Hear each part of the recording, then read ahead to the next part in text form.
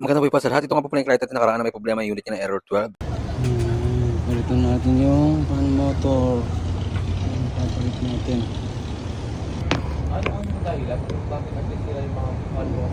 Katagalan at saka yung fluctuation po.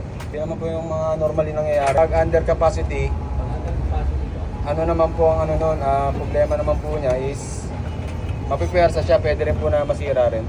Kumbaga undersize po siya, bibirit lang siya ng bibirit hanggang ma-reach niya yung gusto niyang lamig. Hanggang sa yun po, bibigay na lang din talaga siya. Ang masasabi ko lamang po ay hindi po natin talaga alam kung wala masira mga parts or unit natin. Kaya kung may nararamdaman kayong kakaiba, ipa-check up nyo kagad yan para malaman nyo kung anong So problema. ayun, tinetesting namin siya. Titingnan natin kung ano talaga yung sira niya. Testing pa kami, nagpapalit kami ng board. Tsaka ng fan motor. Palit kami ng board. Check natin yung error code kung mag-alarm pa.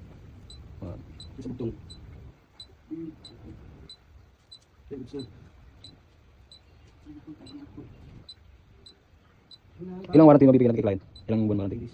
15 days warranty. Ang video to, warranty ng client. 1 week nga lang iba, no? At ayun na guys, kung napansin nyo, wala na pong problema sa error 12. Ibig sabihin is okay na yung pan motor nito. At syempre, i-shoutout nga po pala muna natin yung Sack and Garbel AC parts. Kaya mga nag-up ng parts dyan, alam nyo kung sino hanap. Ito yung bago. Let's go. At ayun na guys, kung anong ginawa po natin is sinunod natin kung ano yung error code. Nagpalit po tayo ng pan motor at sinunod po pala natin is magpalit tayo ng board. At ayun na guys, i-testing po muna natin yung unit. Let's go.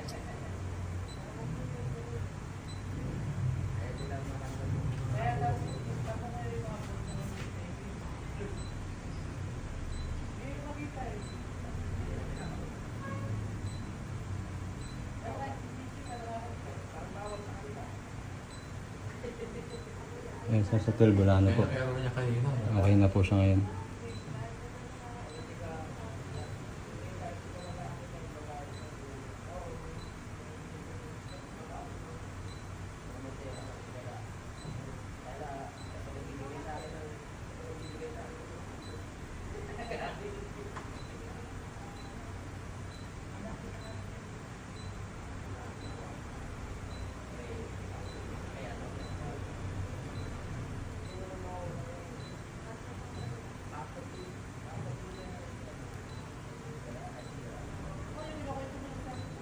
Wala na po.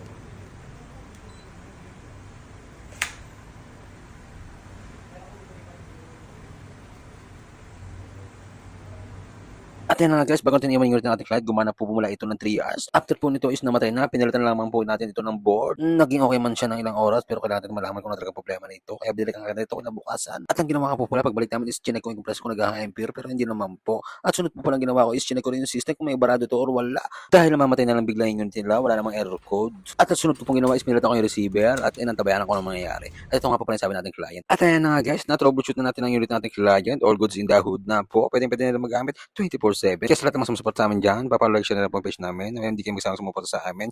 God bless po. Ang masasabi ko nga lang po pala is ito nga po pala nagpalakas ng loob namin para ma-repair po ang unit ng ating client. Sabihin ba naman sa iyo na free massage? Thank you po. At ngayon nga po is all goods in the hood na ang unit ng ating client. Isang satisfied customer na naman po ang ating napaligaya.